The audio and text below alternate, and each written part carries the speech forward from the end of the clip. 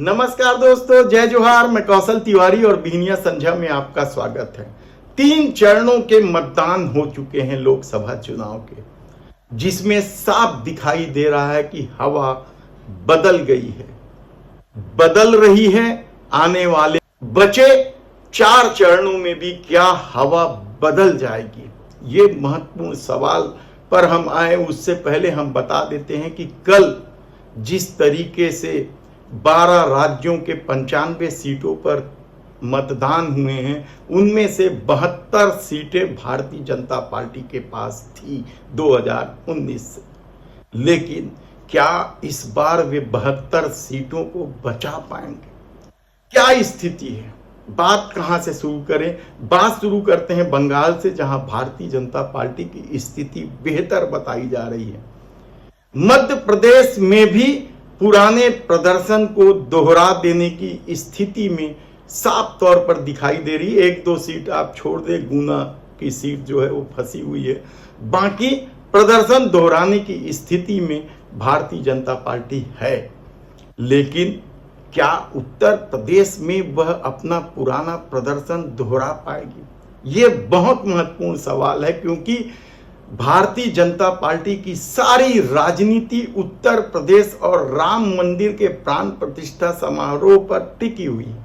और अब भी जब कोई दूसरे दल के नेता भारतीय जनता पार्टी में आते हैं तो राम को लेकर ही बयान देते हैं, चाहे वो राधिका खेड़ा हो या शेखर सुमन। सबका यही कहना है कि वे राम मंदिर के दर्शन करने गए थे तो उन्हें अपमानित किया गया, इसलिए वे पार्टी छोड़कर भारतीय जनता पार्टी में आ रहे हैं।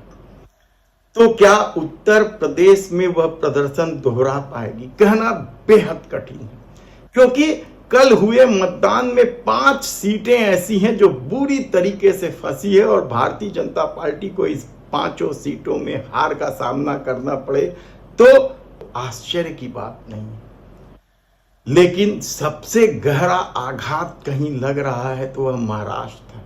पहले 2 चरणों में भी उनकी स्थिति खराब थी, यानी भारतीय जनता पार्टी की स्थिति खराब थी, और कल तीसरे चरण के मतदान के बाद तो साफ तौर पर दिखाई दे रहा है कि समूचे 48 सीट में से 41 सीटों पर जीत दर्ज करने वाली भारतीय जनता पार्टी कम से कम 25 सीटें तो हारने की स्थिति में।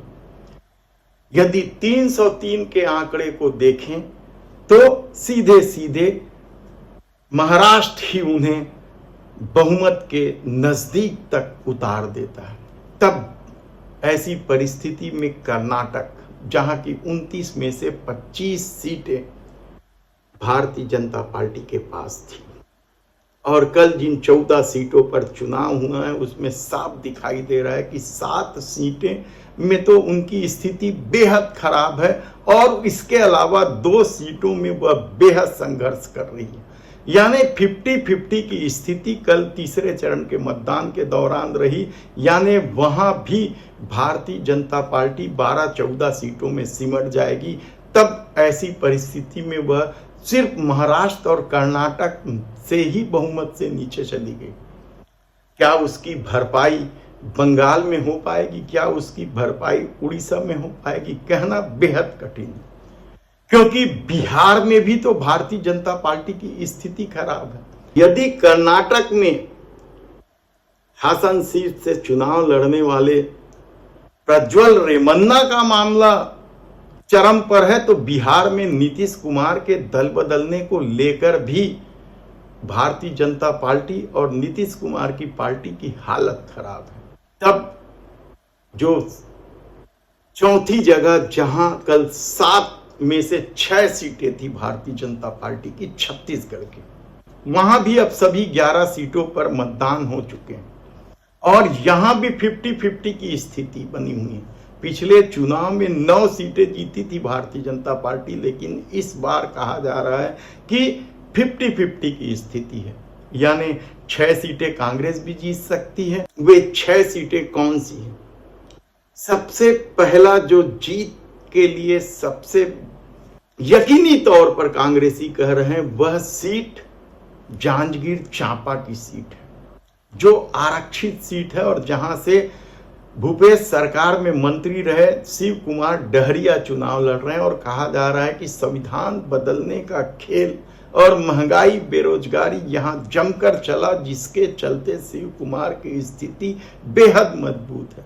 तो दूसरी सीट महासमुंद की बताई जा रही है, जहां भारतीय जनता पार्टी को साहू की बजाय अगरिया समाज से टिकट देना भारी पड़ गया और साहू समाज एकजुटता दिखाई। ऐसी परिस्थिति में महासमुंद भी उनके हाथ से जा सकती है। कोरबा संघर्षपूर्ण स्थिति है। पिछली बार यहां कांग्रेस जीती थी, इस बार संघर्ष की स्थिति बनी हुई है। कहना कठिन है कि यह सीट कौन जीतेगा, लेकिन कहा जा रहा है कि स्थानीय बनाम बाहरी का जो मुद्दा चला, उससे सिटिंग सांसद जो ज्योत्सना महंत है, उनकी स्थिति बेहतर बताई जा रही। लेकिन रायगढ़ और सरगुजा दोनों क्या फंस गई है।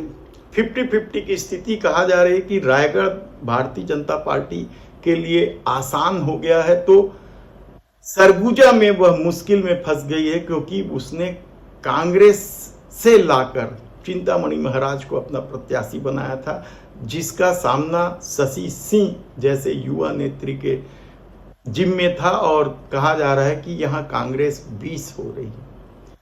तब दुर्ग भी तो साहू और कुर्मीवाद का गढ़ माना जाता है। ऐसी परिस्थिति में ये जरूर कहा जा रहा है कि विजय बघेल फंस गए हैं, लेकिन जीत जाएंगे वे। मार्जिन उतना नहीं रहेगा। पिछले बार वे 3.5 लाख से, और इस बार उनकी स्थिति डावाडोल है और कहा जा रहा है कि बहुत कम मार्जिन से ही वह जीत जाएंगे, तो जीत जाएंगे। यानी इस तरह की परिस्थिति बन गई है। लेकिन रायपुर में जो लोग दावा कर रहे थे रिकॉर्ड बनाने, कल जब मतदान के लिए लोग निकले तो उन दावों की हवा निकल गई।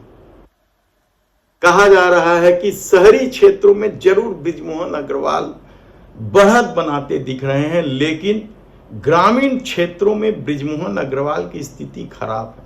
खासकर भाटापारा, अभनपुर, आरंग, धरसीमा क्षेत्र में कांग्रेस की स्थिति अचानक सुधरी और टक्कर की स्थिति आ गई।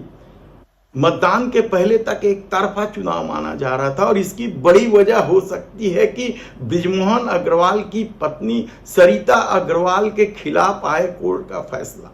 जल की कांड बड़ा जबरदस्त चर्चित कांड रहा है छत्तीसगढ़। किसानों की जमीन, सिंचाई विभाग की जमीन कब्जा करके फार्म हाउस बनाने को लेकर बृजमोहन अग्रवाल हमेशा कटघरे में रहे और जब कोर्ट ने फैसला सुना दिया कि यह जमीन गलत ढंग से रजिस्ट्री कराई गई है, यह जमीन जल संसाधन विभाग को दान में मिली है, और फैसला यह भी हुआ कि रजिस्ट्री न केवल शून्य कर दी गई बल्कि 2 महीने के भीतर यह जमीन लौटा दी जाए सिंचाई विभाग को। बहुत भव्य रिसॉर्ट बनाया है बृजमोहन अग्रवाल के परिवार वालों ने, और उसमें से यदि 12-13 एकड़ जमीन हट जाएगी तो आप सोचिए कि उस रिसॉर्ट का क्या मतलब होगा और किस तरीके से वह भव्यता अपना कायम रख पाएगा।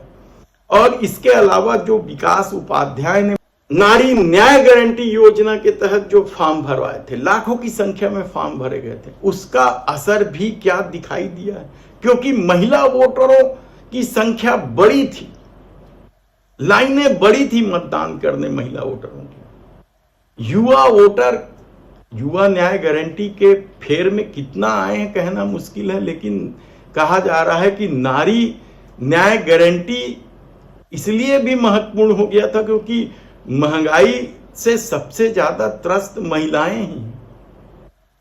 तब ऐसी परिस्थितियों में यदि भारतीय जनता पार्टी 3 चरणों के चुनाव में 50-60 सीट से अधिक सीटें गंवा रही है, उन 303 सीटों में जो 2019 में जीती है, तब क्या आने वाले दिनों में यदि हवा इसी तरीके के बहती रही तो फिर स्थिति क्या होगी, आप खुद सोचिए। धन्यवाद।